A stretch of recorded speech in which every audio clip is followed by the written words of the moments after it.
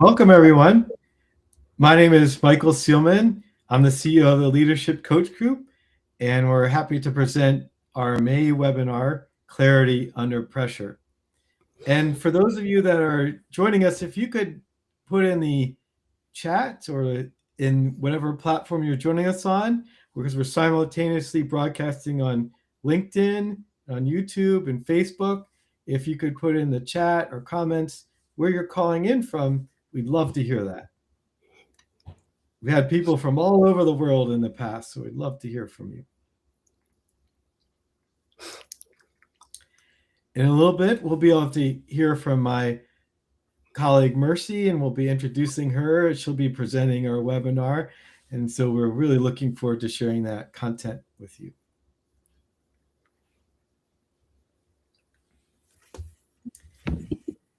If we can bring up our slides, Carl, that would be terrific.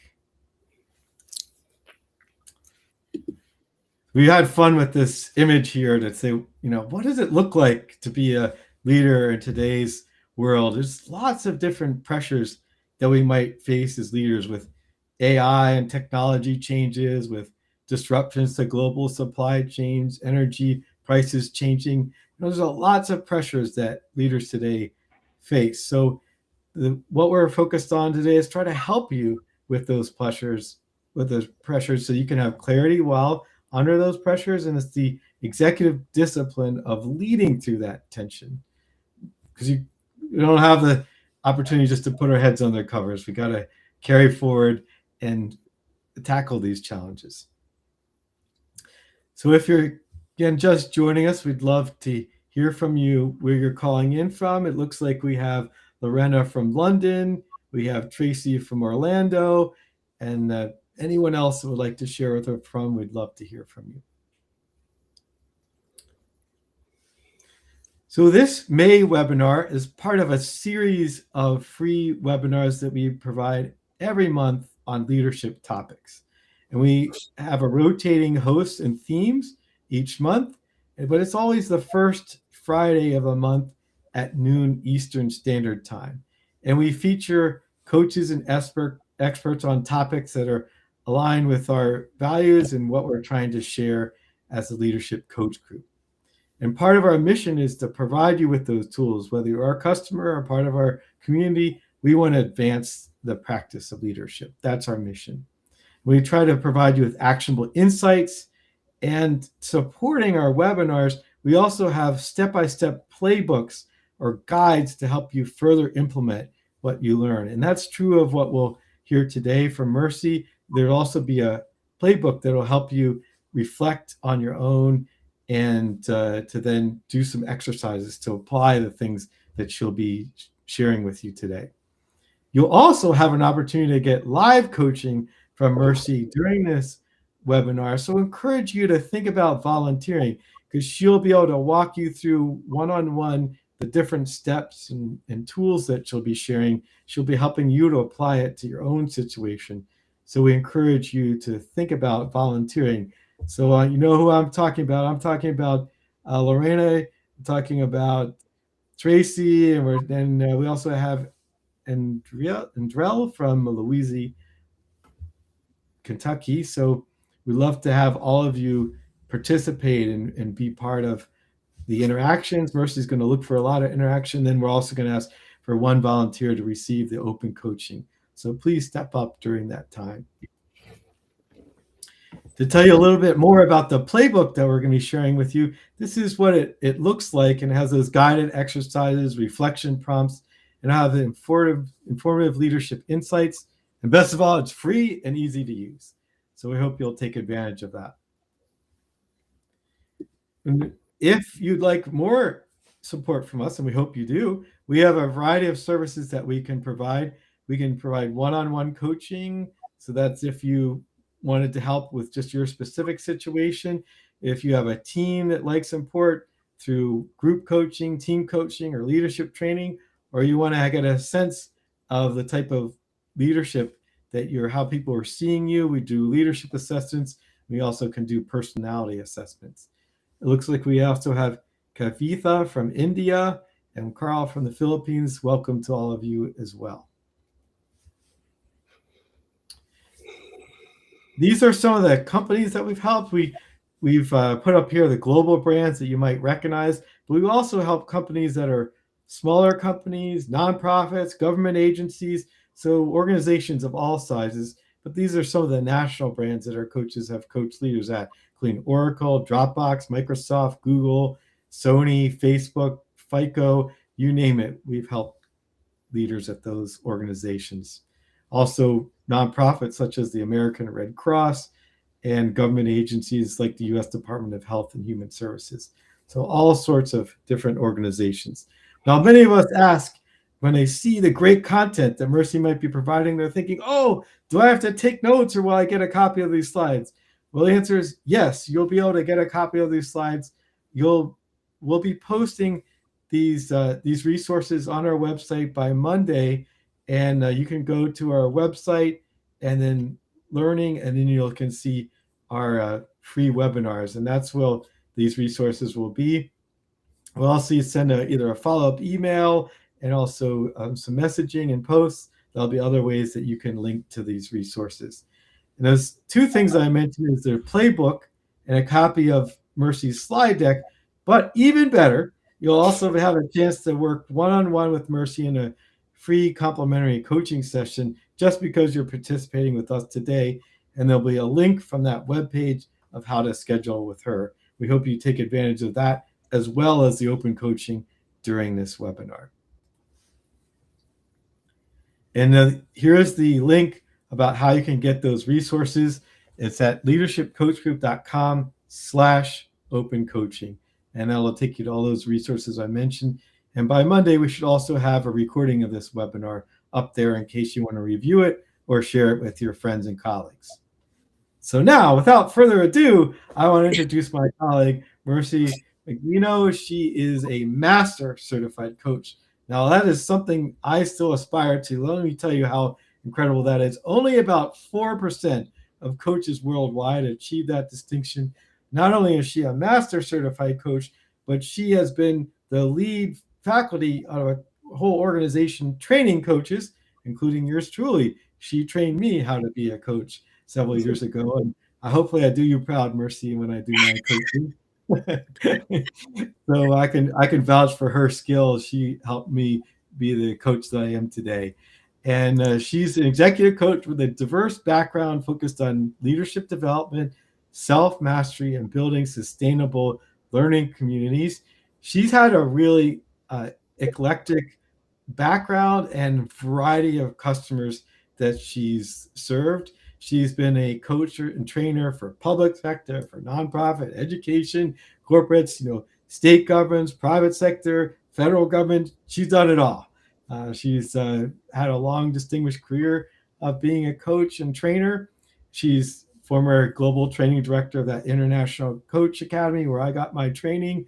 And not only did she train them when they went through the program, but I know for a fact that myself and others went to her after we graduated and say, hey, keep helping us develop. And so she also has courses for coaches that want to continue their professional development. She's the author of the book Doormat to Diva, Taking Center Stage in Your Own Life, which reflects her own unique coaching model and her speaking work. And she brings international experience in her engagements, and she focuses on things like emotional intelligence, behavioral interviewing, coaching techniques, and learning across both virtual and in-person environments. So without further ado, I want to introduce my colleague, my friend, and my mentor, Mercy. Welcome. Thank you for joining us, Mercy. Thank you, Michael, for that send-off or send-up. The first thing, I know people are busy and we're very accustomed to multitasking during a webinar. Maybe if I could invite you to pause your multitasking for a little bit while we bring about this topic that kind of requires presence. And, maybe you make the choice to be fully present. That's my invitation to you. So what's going to happen in our webinar today?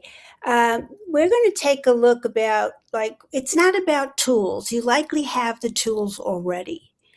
It's about understanding why, under pressure, we lose clarity. And we're going to unpack what's really happening in those moments. It has to do with your brain. And more importantly, we're going to give you the steps to interrupt that automatic reaction that tends to happen under pressure, under tension. And we want to be able to separate the stories we're telling ourselves during those times and to bring it back to what are the facts, and the facts will lead to action. I'm going to give you a couple of questions in that moment. What can short circuit this automatic thing that happens during tension times? And we'll take a look at what it takes to actually stay steady, this to be sustainably able to remain clear in those tense situations. All right. So, what's the reality? The reality is pressure is part of leadership. It's not going anywhere. It's a given, and I think there are lots of things that are contributing to the pressure. We have tools like technology that's made us able to do more in the same amount of time, but that has its own pressure. There's deadlines, strong personalities, competing priorities, and decisions that have high visibility or high impact. So I can invite our chat folks to think about a recent leadership decision you had to make or were part of making, something that you were under pressure about. It may be something you're going through now, or it could be something in the past. Just a recent leadership decision made under pressure. What tensions were present? Often we think of deadlines. Okay, that was one. Resources, either not the right resources or not enough resources. Maybe we needed to hit a target, but it would put pressure on the team. So if you have something, it comes to mind here, I invite you to put it in the chat and we'll give that a minute.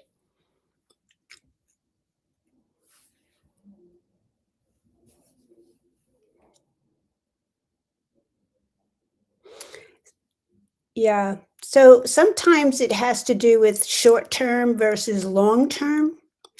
It solved the problem, the immediate problem, but it didn't, wasn't really the right move. So I'm facing a current decision whether to move our company to a new technology platform. Yes, one of the biggest tension provokers is technology, changing software, changing a platform. People have to learn it. And also, there's the decision making that comes with that. Is this the right platform for me? How do I be assured that it's going to work? All right. So keep that one in mind. Also, urgency, exactly. You have to make decisions quickly, but we didn't feel like you had enough information, or I knew acting fast, it mattered, but I was worried about getting it wrong. So these are some of the tensions that are present for us every day. And I think we have to, really acknowledge that. There was a time when I was in the workplace that people had downtime, and that's not happening anymore. Yes, Tracy, good thing. Departments have different priorities, and it lands on the tension. Also, a reduction in the workforce, which is happening right now. So we have to do more with less, or do it the same with less. Those are tensions. Being asked to demote an employee under time pressure. Yes, I think demotion or having to let someone go are extremely uncomfortable for most of us. However, we're going to look at these situations and apply the steps that can help you not only, execute a plan to get set in the reaction phase and move into response. All right. There aren't tools here. These are tensions. All right. So how do we deal with tension is the focus of this. And thank you for putting that in the chat. So under pressure, leaders experience an emotional reactivity, a reaction. It's automatic. For most of us, it's part of the brain. Okay. It narrows our listening. We don't really listen to everything. It's hard to have a conversation, and we rush to decide. And that has its consequences. Oops, I think I went too far. Okay. What is our brain doing under pressure? Okay, that's a good question. And you may have heard this before, but it's worth reminding ourselves. The brain wants to keep you safe from perceived threats. It was designed really for your physical well-being, but it has evolved to be on the alert for any changes. The brain kind of likes things to be the same, which is why we have difficulty with change. Even when we like it, it could be a good change and we'll still have some kind of reaction. So when that happens, the brain reacts, and that may lead to all the things we've been talking about.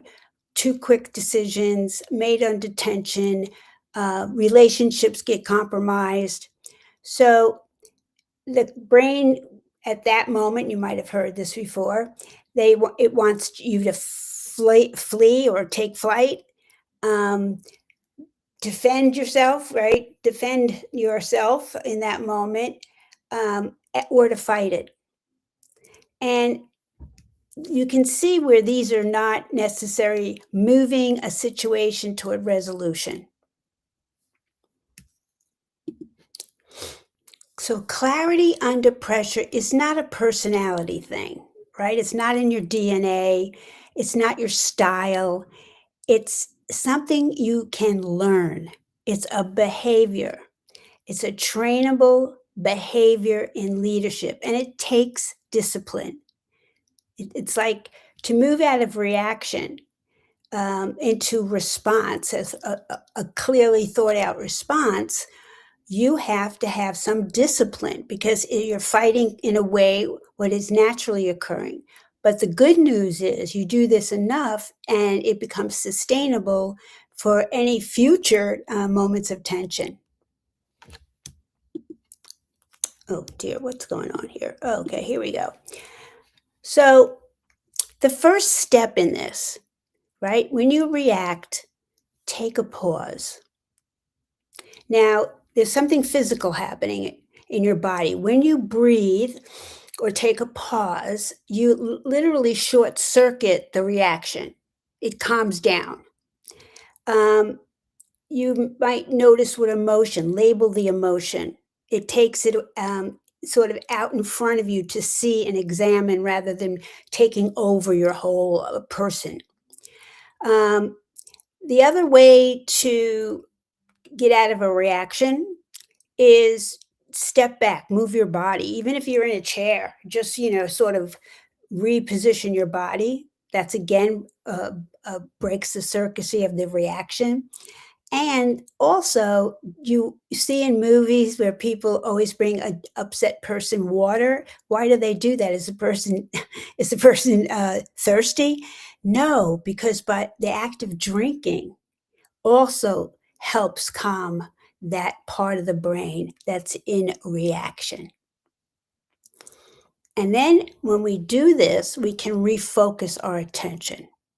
So we move from reaction to response. All right. Some more reflection work for our friends in the chat. Reflect on a current leadership tension and apply the pause technique. So, what if I were to pick one of these? Let's see.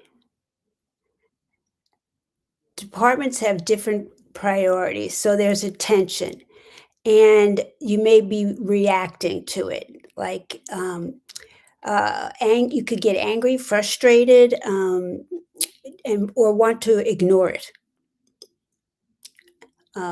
Okay, so you're noticing you're in a reaction about it. You're having an emotional reaction to it.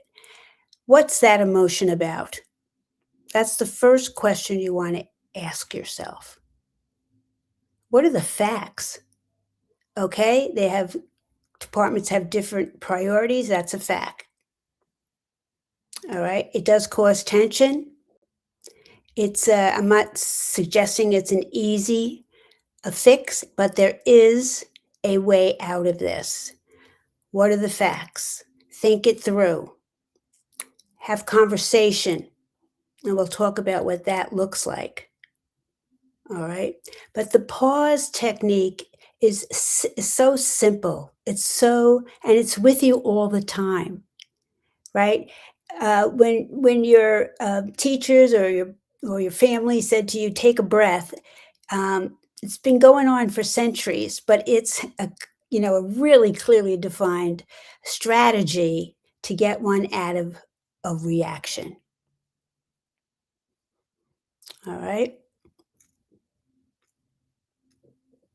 All right. Take a pause.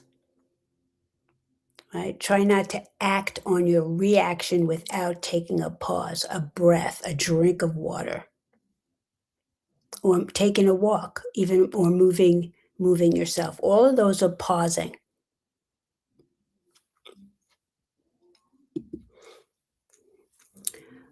So we're going to look at the clarity model, and this is I think it's kind of interesting and very helpful to look at a model. And in this one, the clarity model, it actually helps us slow down our thinking. All right? By separating what's actually happening, right? The facts. This department has this priority. This department has this priority.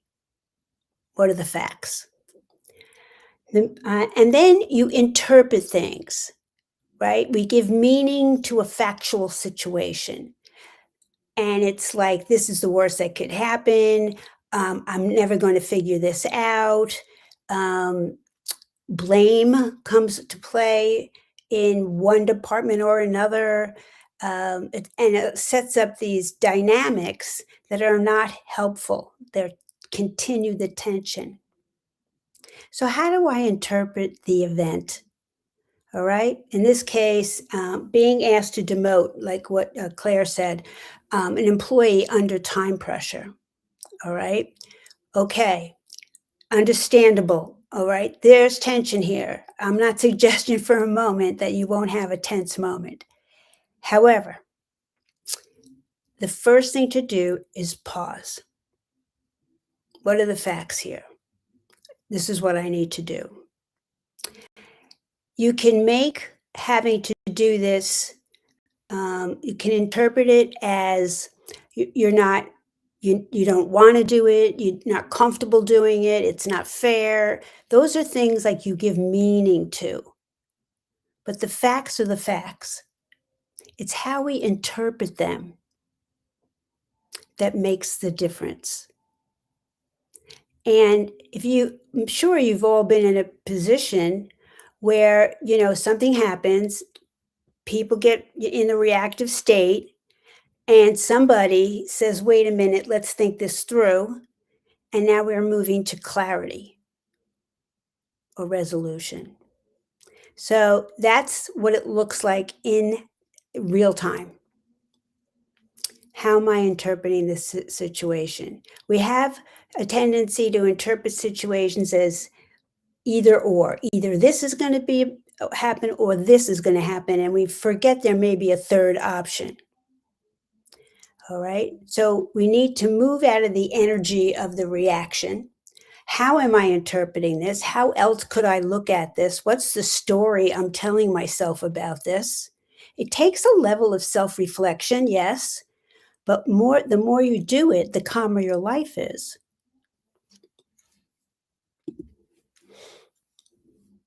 So consider a current challenge. What is actually happening? And what's the meaning are you adding to it? The meaning is part of how you react.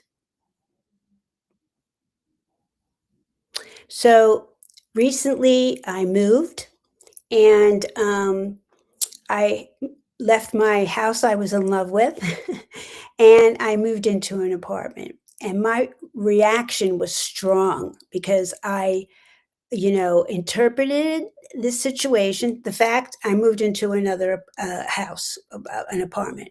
That's the facts. I sold my house. That's a fact. The meaning I was given to it, this is going backwards in my life. I'm not ready for this. Um, there was a sense of loss and sadness. All those things, once I named them, I was able to take a pause and reinterpret the story. I moved to be closer to my grandchild and my daughter.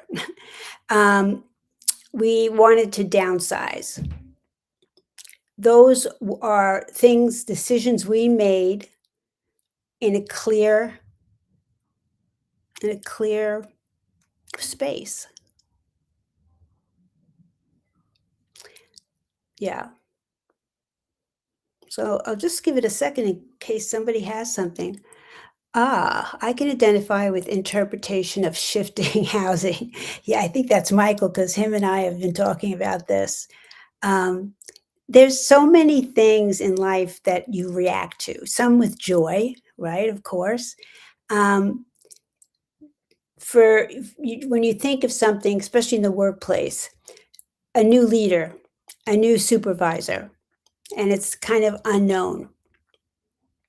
And you begin to feel tense about it because you're interpreting that situation as something that's the unknown and kind of feeling like it could not work out or they won't recognize my skill and competency. But when you think of the facts, this is a new leader. And then you can take a pause. What are the facts? What do I know so far? And then choice comes into it in a clear thinking way. You want to ultimately make a choice. So, conversations in that reactive state, in that tense moment, um, people get defensive or they take sides, or they make one person bad and another decision good. It's all part of that fight, flight, or defend. It's what naturally happens. So one of the ways that we bring ourselves into a more responsive uh, position, right? I'm in reaction. This is not a good change. Whatever I'm, thinking about, that's the meaning I'm giving to it. What are we trying to accomplish? This brings a level of thinking and clarity to any conversation. What are we seeing differently? All right. So if there's people seeing the situation differently, bring it to the surface. And what information might we be missing? As you'll notice, these questions are curious, right?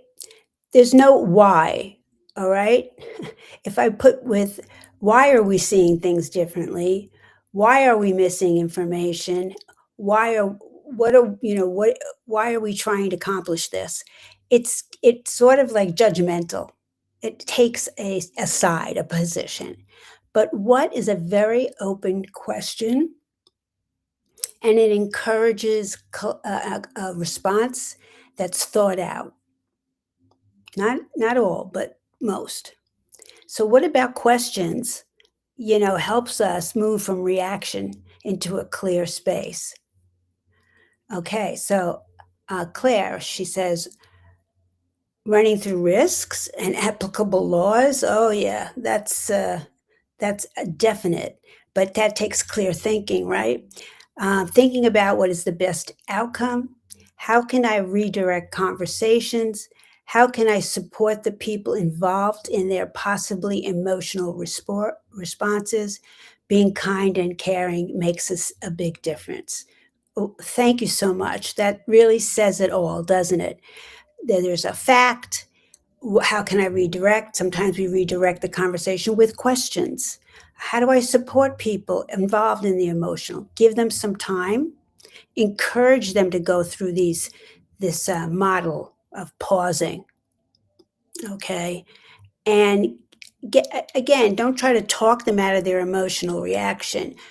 Give them a space to express, and then you'll notice when they're a little calmer, you can say, what? Use the what question. What do you need in this moment? That's a coaching question. What would help you move from feeling, whatever they say, frustrated, scared, to something more filled with opportunity or possibility? All right. Yes, kind and caring go without saying. A leader has to have those qualities.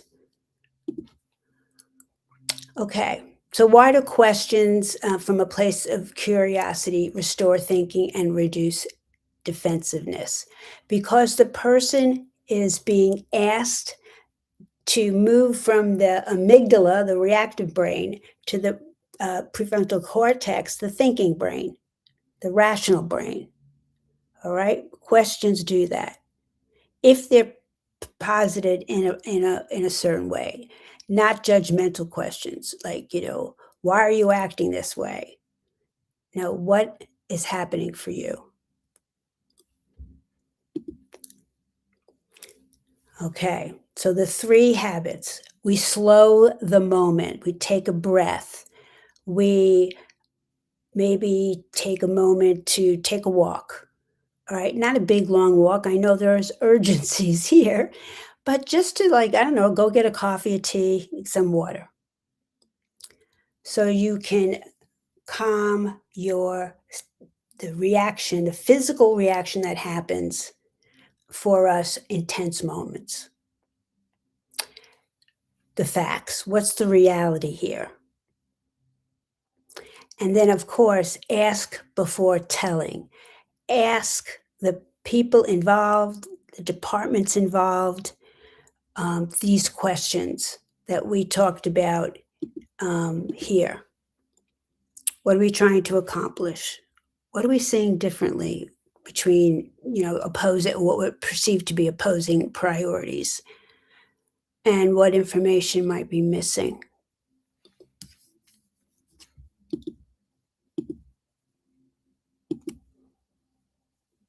Ask before telling in general is a good strategy. There are times you have to tell a colleague or a team member what has to happen. But often asking for their perspective or their experience, it gives them greater buy-in to make it happen. So when I have a leader or am a leader that can remain steady during tension, you trust them, right? And you get clarity. The best leaders I've worked under, who I tried to model myself, were exactly this, remaining steady during tension builds. I had one boss who, when something was happening that was like a tense situation and he had people around him looking for answers, he would say, "I'll be right back," and he'd take a walk. And we'd be all like, "What?" But in that moment, not only did he get clarity, we started to get clarity by asking each other those questions. So think about an upcoming situation where you will apply these tools.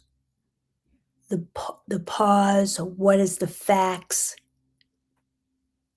and using some of these questions. Give it a minute or two.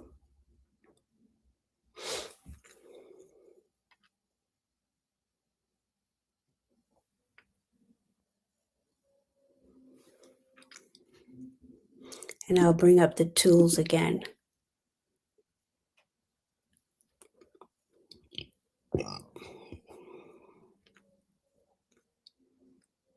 Okay.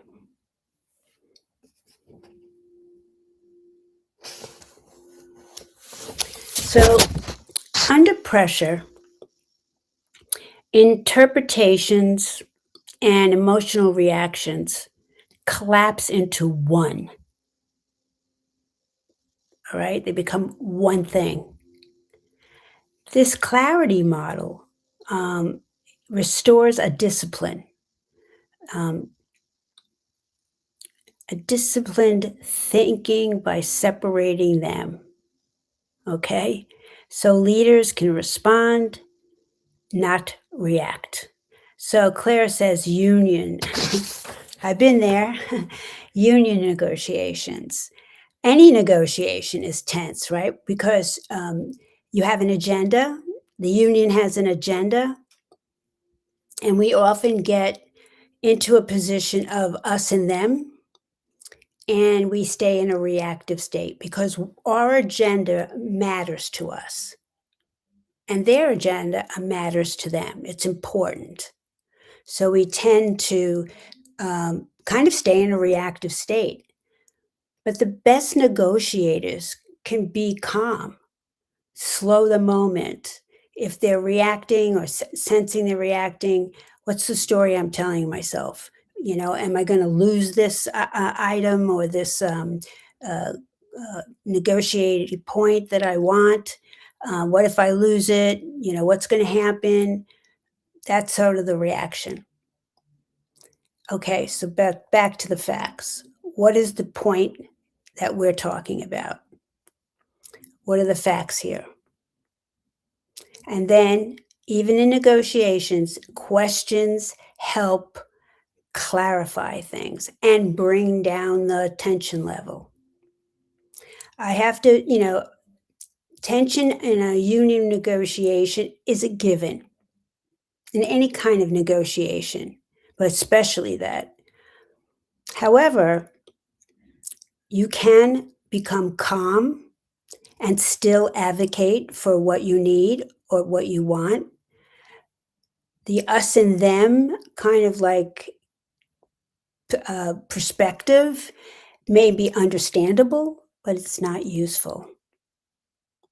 But we want to move from understandable to useful. Okay? That's a good one. Okay, let's go. You're staying calm when the other party is not making a huge difference. Well, the staying calm part, I think, is the biggest thing you can do, is the most effective. Right? The other party who isn't staying calm, and we know this from lots of conversations, the calm person tends to win because if you can stay calm when somebody else is not, you have leverage. And it's not easy, but it can be done.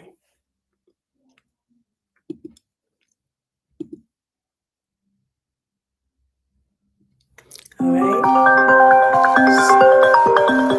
Sorry. That's my timer. So leadership is the ability to remain clear when others lose clarity. So you're the calm in the storm. So to me,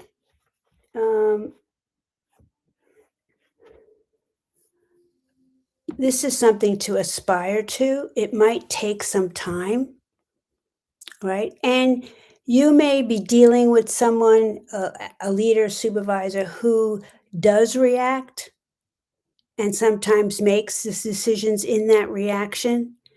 There are times when you can intercede and ask for a minute to digest what's happening, to take a look at the facts and ask those questions. Yeah, Sarah. Yeah, that's tension. Depending on others, and they don't pull their weight. They don't do what they said they were going to do.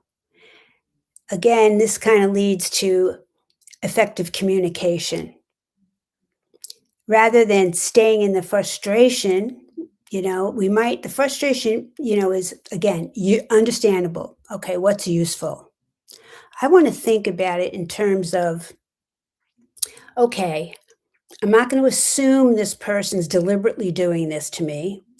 Or if you feel that's true, okay, what are the questions I need to ask this person to find out what's happening so we can get clear for the next time? So it's sort of looking at something as having a conversation about investigating a lack of progress.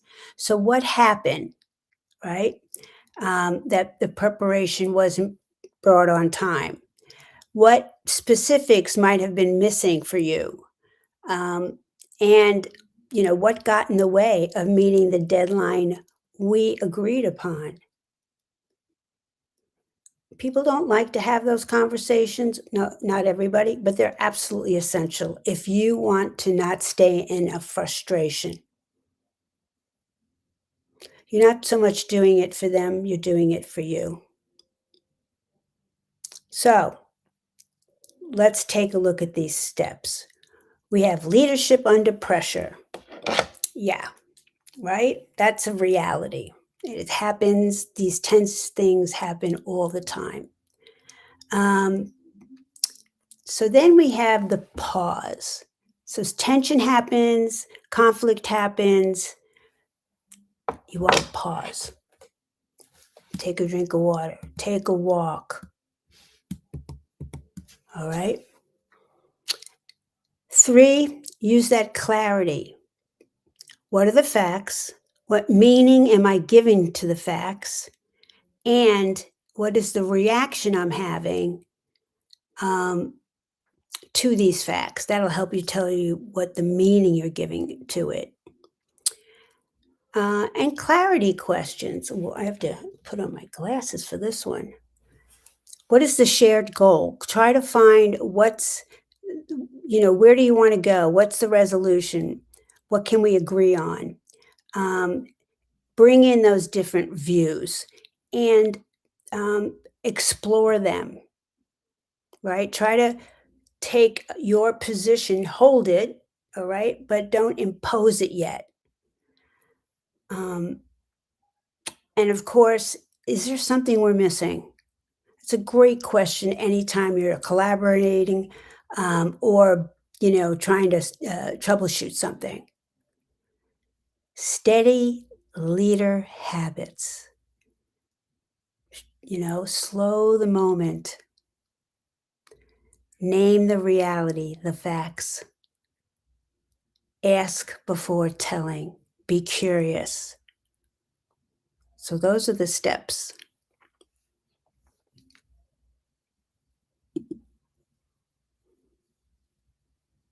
So we have a few minutes for open coaching. It's not going to be an entire session, but if I can be somewhat helpful, that would be great. So we'll give it a minute to see if anybody wants to volunteer and type in "I volunteer" in the chat. Um, and there's some logistical things. So you want to open to engage in a meaningful coaching conversation, be open to that. Ready to turn on your camera and microphone and consent to being recorded and that recording shared online. So let's see if we have any volunteers. And if you do want a coaching session and you're not, positioned or in a place where you can have it now, please take me up on a complimentary coaching session. I'd love to help those that are listening to this or watching this and those that attended. So Mercy, let me jump in here and say, we've gotten people that have been asking for your advice all along. So if, Claire, if you want to get some open coaching or Tracy, Andrielle, Lorena, we'd love to have you join us. Just let us know right in the chat if you volunteer for open coaching. And that's just an opportunity for you to talk directly with Mercy one-on-one and get her thoughts and advice and help you walk through your situation.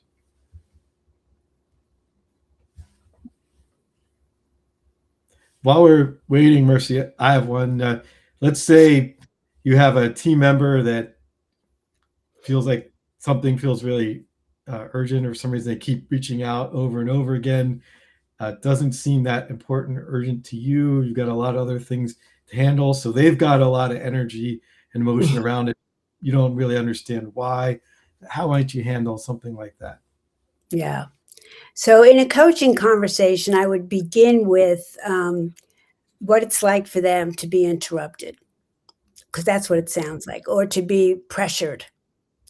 And likely the person might say, well, it stops me from doing what I want, but actually it just drains my energy.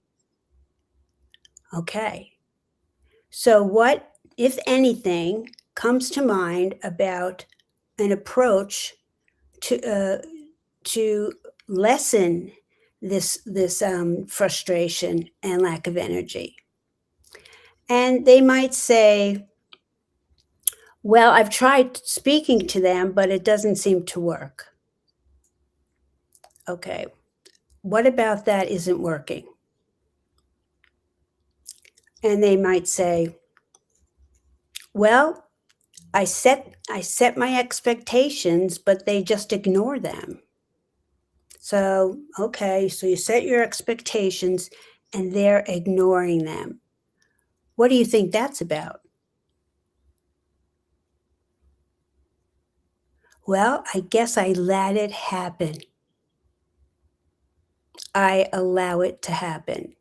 So I respond to them each time that they have a somewhat, what they perceive to be an urgent matter. And I respond, okay. So what's that telling you? I need to not just set boundaries and expectations, I actually have to enforce them. All right. So what would that look like? All right. So they may do something, they may come up with a couple of things like have another conversation, set more specific expectations, and that they expect, for them to reach out if it truly is urgent. And then, of course, explain what urgent is, because obviously this person is interpreting urgent differently than this supervisor or leader. And then, we in coaching, we like to invite our clients to make a commitment to change, to do what they said they were going to do. We don't hold them accountable. We ask them how do they like to hold themselves accountable, because we're not, parent or police. We're not, we're not physical, like athletic trainers where, you'll get that accountability. I want you to do A, B, and C. No, we don't do that. We just unearth the potential and the belief in this person that if they commit to something, they'll do it. And if you have a next session and they seem to have a struggle to doing that, further investigate what's happening for that person, that they can't or are apprehensive about instituting the things they said they would do. Yeah. Thank you. Doesn't look like we've had anyone volunteer yet. So if someone wants to put some comments in the chat or anything that they'd like you further questions, we have a few minutes. Mercy could answer questions you may have. Yeah. Any feedback? What's a key takeaway for you?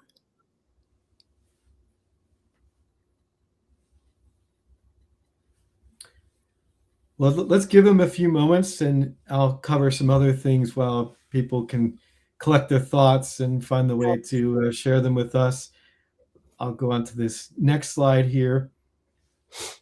So just to remind you, it will be a follow-up opportunity where you can go to that open coaching page that we mentioned on our website, and you can access this playbook. You can access this slide deck that Mercy was sharing here. You can take advantage of that complimentary coaching session with Mercy. I imagine you find that very valuable. So I encourage you to take advantage of these resources. And we'll also have a recording of this webinar up there, we plan by Monday. So we hope you take advantage of all those and feel free to share them with others that couldn't be here that might find them valuable.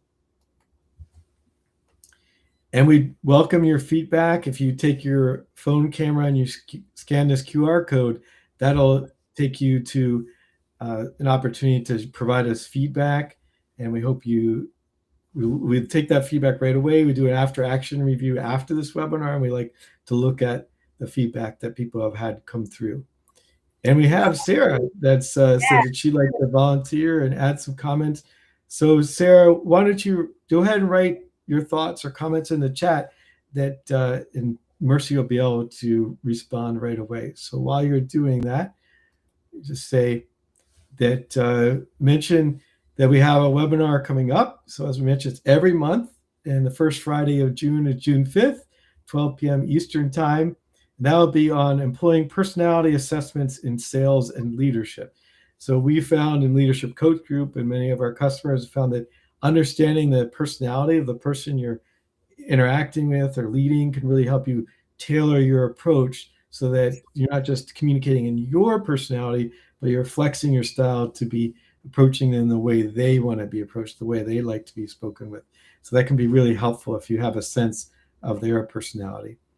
And we have Claire that I'm going to bring her comment up here. This is Claire's feedback, Mercy, on what you presented. Yeah, I see that. Yeah, they're simple tools and they're readily accessible. And I'm glad because it is the simplest thing. I use it all the time. And I see that Sarah wanted to add comments or volunteer. I don't think we have quite enough time for a full coaching session or a short so, but what would you bring to coaching, Sarah? So maybe I can support that.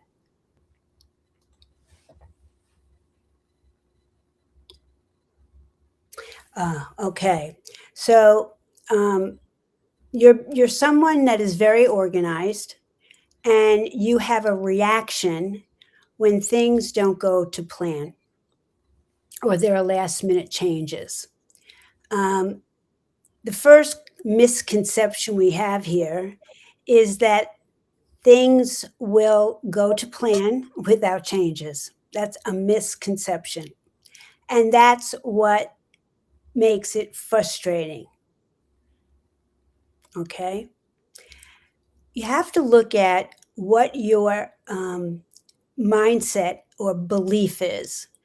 You have a belief, apparently, or someone like you, that things should go to plan and there should be no changes. The minute you use the word should, you're not in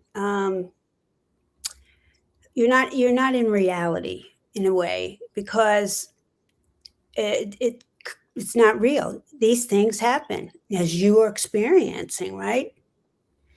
So the first thing to look at in coaching, we take a look at what are these misconceptions that lead to frustration.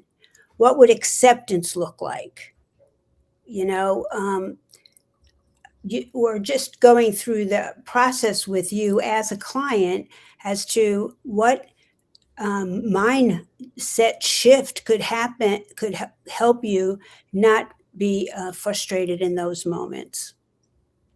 And then what actions you might need to take. Again, it might be a conversation. The other is when I feel like people are questioning me, and I interpret that as them questioning my abilities. Okay, I'm the same way. All right, I have that too. So what's the belief underneath that? Is that true in every case? What else is possible? Could they just want information? Or are they seeing how thorough the thought process is by questioning? It's it's an interesting thing because people might question our abilities, but more often than not, it's a reaction we're having. All right. So use this method. Pause. What is really happening here? Is this person just want some information, or are they questioning my abilities? That automatic, they're questioning my abilities is the challenge, because you can't think straight after that. You get frustrated and angry even. Coaching is all about looking at where you have a belief, an idea, a thought that kind of rules your world. And when it doesn't happen, it creates disharmony, conflict, frustration. And coaches, we want to move from the current mindset. I am somebody who's, who gets upset or frustrated when people ask me questions because I think they're questioning my ability. You need to move to somebody who, when someone asks me a question, I'm going to think about the intention of the question or ask about it, and believe that it's not always about questioning my skills or competency. It's like an identity change. It's really powerful. All right. Good question, Sarah. Love to have a complimentary coaching session with you.